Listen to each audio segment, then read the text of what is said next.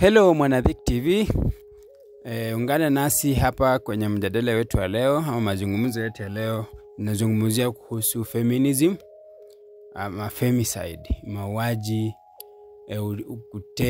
kutengwa na kudhalilishwa kwa wanawake. Na leo hii niko na mwenzangu hapa Mike ambaye atatufafanulia pia kulingana na vile anavyoelewa kuhusiana na femicide ama feminism. Kwa hivyo bwana Mike, kulingana na vile wewe unavyoelewa, feminism ni nini? Feminism ni mauaji ambayo yanatokana na kutenga na udhalilishaji wa jinsia ya kike katika jamii. Mtazamaji, vile ambavyo umesikia ni kwamba feminism ni kutengwa, udhalilishaji wa wanawake, na ambapo pia napata wanawake wanauawa katika jamii. Kwa hivyo kulingana na wewe bwana Mike, nini haswa kusababisha feminism? Sababu kubwa ambayo inasababisha feminism ni jinsia ya kiume kujiona bora zaidi kuliko jinsia ya kike katika jamii. Hiyo ndio sababu kubwa. Licha ya kuwa kuna sababu nyingi ambazo zinahusisha wanawake kujikuta katika matendo ambayo yanawadhalilisha, lakini kikubwa ni jinsia ya kiume kujiona inafaa zaidi. Kwa hivyo unasema ya kwamba jinsia ya kiume, kutokuwa na usawa kati ya jinsia ya kiume na jinsia ya kike inaleta feminism. Yaani kwa namna nyingine kuna haki za wanawake ambazo zimepuuziliwa kwa sababu hatuwezi kuwa sawa katika jamii. Ni haki za wanawake zimepuuziliwa kwa sababu ni wanawake. Lakini haki za wanaume zimepewa kipaumbele kwa sababu ni wanaume. Tofauti inatokana na kwamba wanaume wana nguvu sana katika jamii kuwazidi wanawake. Pengine kama unaweza fafanua kidogo, haki gani hizo unafikiri za wanawake ambazo hazijapewa kipaumbele? Haki za wanawake, tunajua katika jamii mwanamke anachukuliwa kama kiumbe dhaifu, ambapo ni haki yake kukaa katika jamii ambayo ni salama kwake. Lakini kwa sababu ni mwanamke na hana sauti maybe ya kujieleza na kujiprotect, jinsia tofauti na yake ambayo ni ya kiume itachukulia hiyo advantage ya kumkandamiza. So kulingana na wewe, ni mambo gani ambayo ungeonelea mwanamke apewe nafasi ya kujihusisha ndio tujaribu kuona kama hii mambo ya feminism inaweza punguzwa ama inaweza weka kuzuia feminism katika jamii? Sio mambo ya kuweka sera ama nini, ni watu wamepotokwa katika maadili. Kwa sababu hakuna sera, sisi sote ni binadamu. Sasa huwezi niambia ati kutakuwa na sera ya kuongoza wanawake na kutakuwa na sera, kwani wanawake wamekuwa kondoo? Sisi wote ni binadamu, tuna haki sawa, tunahitaji kuishi, tunahitaji kupata zile haki ambazo binadamu anapaswa kupata. Sasa haimaanishi kwa sababu kuna wanaume na kuna wanawake sasa wanaume wapewe kipaumbele kushinda wanawake. Sababu hicho ndicho kitu ambacho kinatendeka katika jamii. Kwa hivyo ni mambo gani wewe unafikiria wanawake wapewe nafasi ya kuhusishwa katika jamii?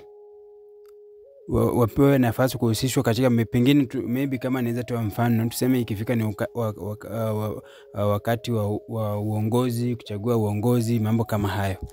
Unajua tukiongelea ukandamizaji, unaweza kuwa wewe ni kiongozi. Mfano, unaweza kuwa wewe ni mwanamke manager katika kazini.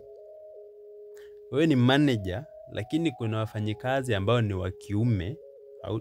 Sio lazima kuwe na uongozi ama ni kujaribu kusema, tujaribu kuweka ile nguvu kuonyesha kwamba wanawake wanafaa. Kwa sababu unaweza kuwa wewe ni mwanamke umeshikilia nyadhifa kubwa kwa uongozi, lakini sio wewe una dictate kila ambacho kitafanyika.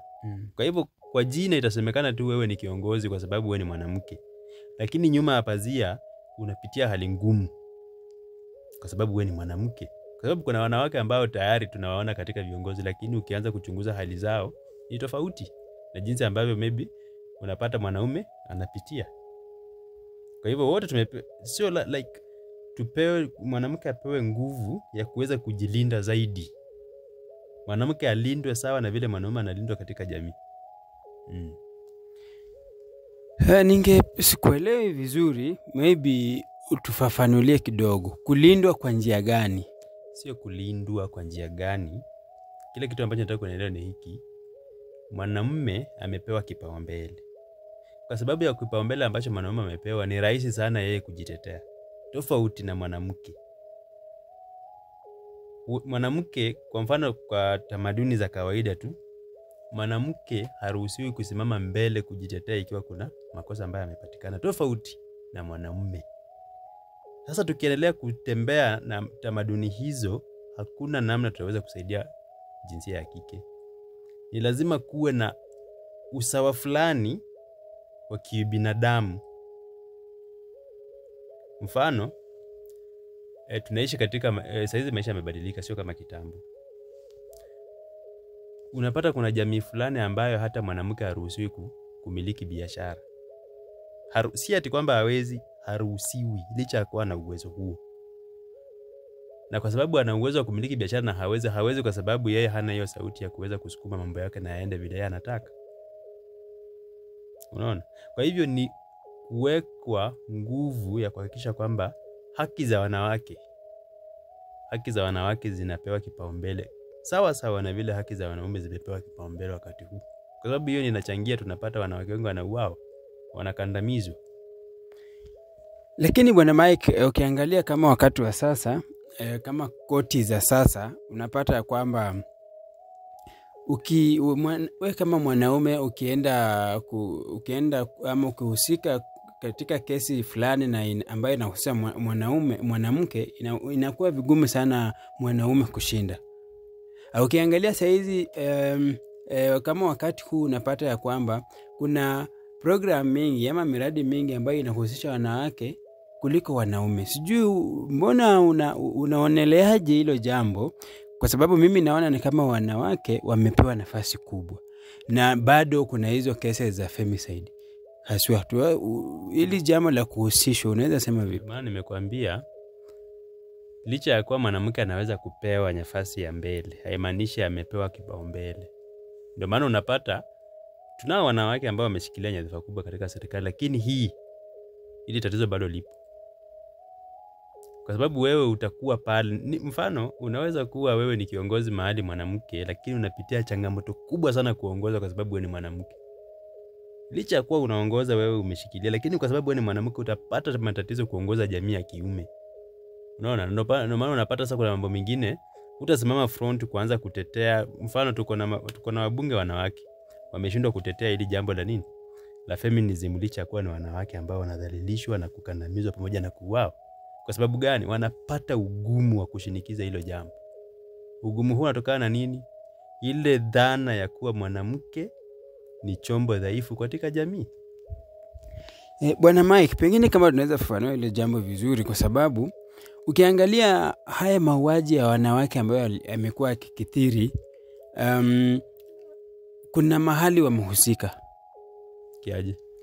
Kwa sababu unapata hao wanawake maybe ni wamekuwa wakifanya biashara ambazo hazieleweki, maybe ni mahusiano ambayo hayana ukweli. Sasa kuna tofauti kati ya udhalilishaji wa kijinsia na mada. Kuna tofauti mbili. Udhalilishaji wa kijinsia, hii inatokana na mwanamke kunyanyaswa kwa sababu yeye ni mwanamke. Tofauti na mada ambayo sasa nayo inachangiwa na sababu zingine tofauti. Kwa sababu haimaanishi ati ni wanawake peke yao wanauawa. Si kuna wanaume pia wanauawa kwa sababu wao wanadhalilika. Kuna wanaume wengi tu wanauawa sio kwa sababu wao wamedhalilika ama wametengwa katika jamii, wameuawa kutokana na matendo yao. Lakini kuna hawa wanawake ambao wanatumika vibaya katika jamii, hawajapewa kipaumbele, wapo hapo tu. Kwa sababu gani? Haki zao hazijapewa kipaumbele, kwa sababu yani hakuna ule uzito wa kuonyesha kwamba tunatakiwa kupea pia wanawake nafasi fulani waonekane pia ni bora katika jamii. Hiyo ndio tofauti. Kuna tofauti kati ya mada ni hayo na mambo mengine tofauti. Kwa sababu hata wanaume wanauawa, lakini sijasikia kama ripoti zako, lakini chache sana kuhusiana na kwamba wanaume wanadhalilika. Licha ya kuwa pia wanauawa, lakini wanaume ni nadra sana kusikia ripoti zinazohusiana na mwanamke fulani au mwanaume fulani amedhalilika kutokana na mwanamke. Ni raya kabisa. Tofauti na wanawake. Kuna wanawake ambao kwa ndoa hawakai ile mtu mwanamke kwa ndoa, lakini unapitia ugumu mkubwa sana kutoka kwa maybe mzee wako mwenyewe, kutoka kwa watu ambao umeolewa kwao wenyewe. So mambo ni mengi tofauti na jinsi tunaweza interpret mada. Mada zina sababu zake tu tofauti na udhalilishaji. Na sasa pengine nikirudi kwa swali langu la awali, wewe ungeonelea nafasi zipi ama ni mambo gani ambayo wanawake inahitaji wahusishwe na wahusishwi? Jambo kubwa sio nafasi ama nyadhifa. Jambo kubwa ni kutoa ile dhana, kutoa ile nadharia ya kwamba mwanamke hafai. Kwa sababu kuna wale wanaume ambao wana misimamo kabisa kwamba mwanamke lazima awe nyumba yangu, apende asipende. Yaani hata ikitokea saa hizi tunataka rais wa kike hata pigiwa kura. Ikatokea saa hizi hapa Kenya tunataka hasa rais wa kike agombee urais. Trust me, hata pigiwa kura. Sio sababu hawezi. Sababu ni mwanamke. Sababu haitakuwa ati hawezi. Sababu kubwa itakuwa hatuwezi pigia mwanamke kura. Sasa kuna ile nadharia ama dhana ambayo watu wamekuwa nayo kwamba mwanamke hata hafai kuongoza. Yeye ni mwanamke, anafaa kae tu nyumbani ashughulikie watoto, kulinda boma na mambo mengine. Sio mambo mengine kuhusiana na yaani hiyo dhana ndio tunatakiwa kuiondoa. Unajua kuna uwezekano hata kuna mwanamke bungeni lakini atoe maoni yake na yasipewe kipaumbele kabisa. Yuko pale bungeni ni mwanamke, mnaona amepewa nafasi bungeni, ni mbunge, lakini akitoa maoni yake pale yasijari, hata atatoa maoni yachukuliwe ni kawaida tu, hafai. Unaona? Hiyo dhana hiyo ndio tunatakiwa tupigane nayo, tuitoe ili tuweze kuweka jamii. Unajua tukiwa na jamii ambayo sisi wote tunategemeana itakuwa ni jamii bora zaidi kuliko kuwa na jamii ambayo tunakandamizana wenyewe kwa wenyewe, kwa sababu kuna mahali pengine hao wanawake wanatusaidia sisi kama wanaume. Pengine ni kuulize, maybe tukichukulia mfano wa ndoa, wewe kama mwanaume ungependa kuwa sawa na mkeo?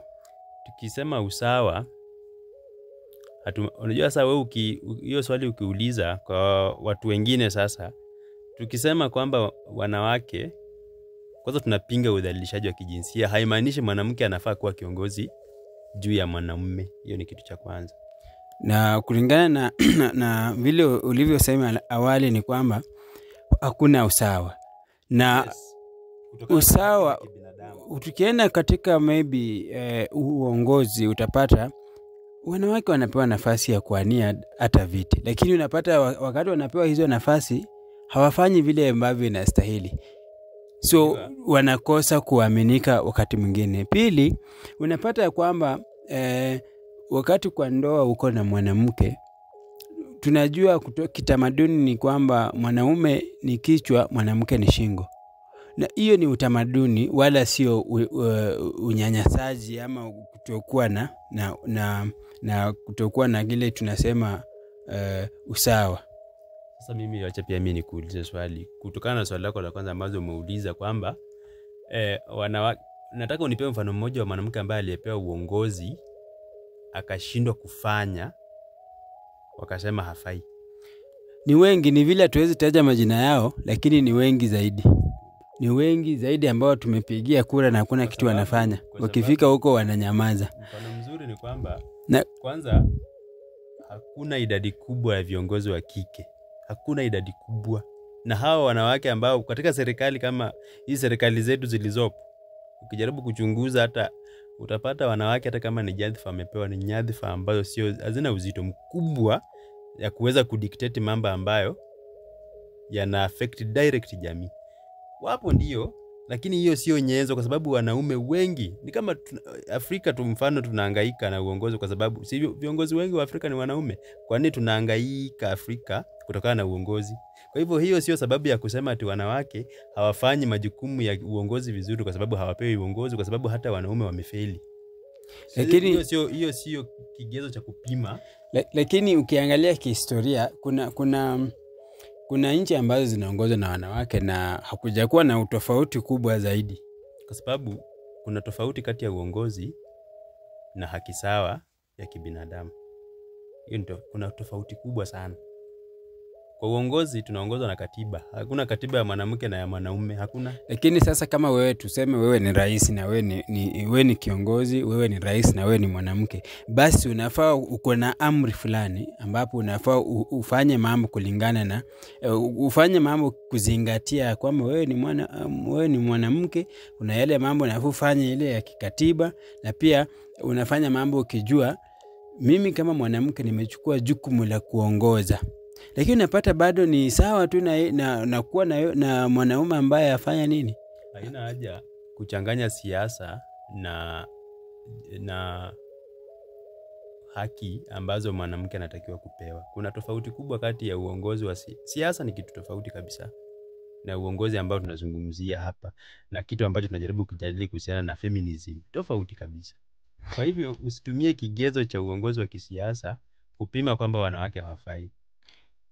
Sisemi kwamba wanawake hawafai, lakini najaribu, hebu tueleze haki gani hizo ambazo unazungumzia. Unajua, mfano tukisema saa hizi tutumie mfano upi? Kwa mfano kile ambacho kinaendelea saa hizi. Wewe kwa vile ambavyo unajaribu kueleza ni kwamba kwa nyumba, kama umeolewa, wewe ni mwanamke, umeolewa uko kwa nyumba, kwa sababu wewe ni mwanamke, basi unatakiwa kupigwa.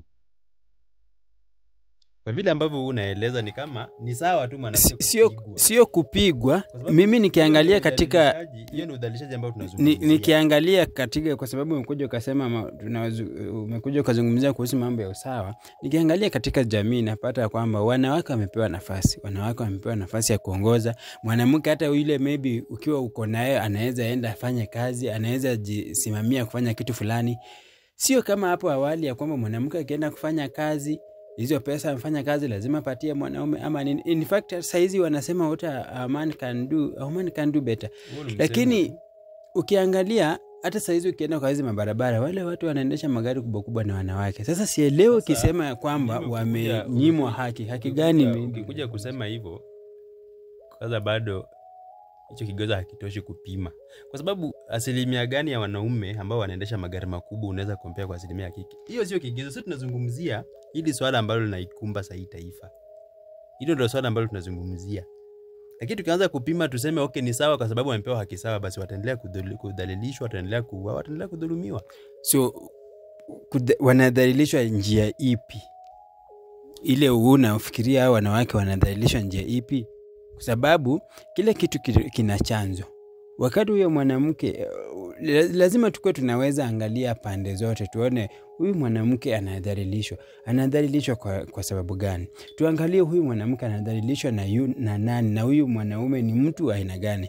Saa zingine unaweza pata ni makosa ya huyu mwanamke ndio inasababisha yeye kudhalilishwa. Unaweza pata saa zingine unajua anaweza kuwa yeye hadhalilishwi, lakini anatumia hiyo njia ya kuonyesha kupata ile sympathy. Hebu nipatie utofauti kati ya feminism and mada. Na mada inaweza tokana na kitu yoyote. Feminism inaweza kuwa ni ile kudhalilisha mtu, kutompea haki, lakini ukiangalia mada ambayo inafanyika, mambo ambayo mauaji ya wanawake ambayo inafanyika, the femicide, inatokana na mahusiano.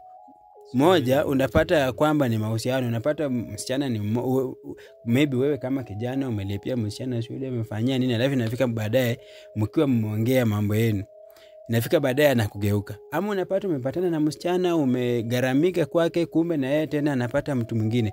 Inaleta kitu inaitwa femicide, ambapo wasichana wanauawa kutokana na mahusiano. Ingine ni kwamba sasa wacha nikuulize swali. Kwa sababu wewe umesema kitu kwamba unajua, kwanza hapo ukienda kisheria zaidi utashtakiwa tu wewe ni muuaji. Hautashtakiwa alafu wasema ati uligaramia wewe mwanamke. Hakuna mtu alikusukuma umsaidie, kama ni kumlipia school fees ama hilo ni mambo ya sasa wewe kutumia akili zako, kwa sababu wewe na akili zako timamu kama mwanaume utaendaje kulipia school fees mtu ambaye sio mke wako, mtu ambaye sio dada yako, ni mtu ambaye muda wote anaweza kubadilika? Huwezi mlaumu.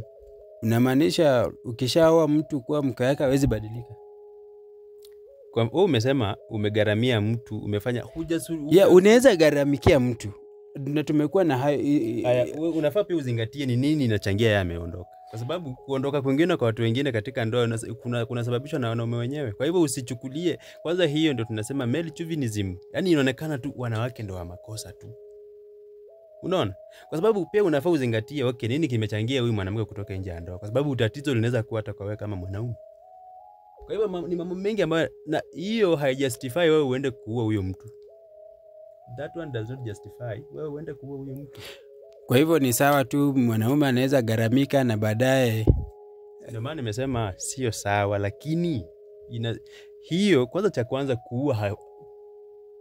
kuua hakutakiwi, na hakuna kitu chochote duniani ambacho kinaweza kujustify wewe kwenda kufanya mauaji. Hakuna. That is number 1. Number 2, usichukulie kigezo cha kwamba ati wanawake wanga wana cheat. Wewe kwanza utajuaje huyu mwanamke utajuaje nini kilisababisha? Kwa sababu ule hatara amekufa hata kuja kuweza kusema ati ni hii. Unaona? Jiuliza ni kwa nini asilimia kubwa ni wao. Hilo ndio jambo la unatakiwa kujiuliza. Mbona asilimia kubwa ni wanawake? Mbona kusitokee basi pia wanaume? Kuna wakati wanaume wanauana kwa sababu ya wanawake. Wanaume wanauana kwa sababu hata saa zingine wanawake wanawaua wanawake wanaua wanaume, haswa wanafunzi wa vyuo vikuu. Sasa ukisema wanafunzi wa vyuo vikuu, kwanza unafaa ujue hao ni michepuko. Yaani wewe mwanaume umeacha mwanamke wako kwa nyumba, umeenda kuchepuka nje. Wanafunzi wa vyuo vikuu. Ndio. Kwa sababu wewe kama wanafunzi kwa wanafunzi, hali ni mahusiano. Ndio maana nimesema tu unajua vyuo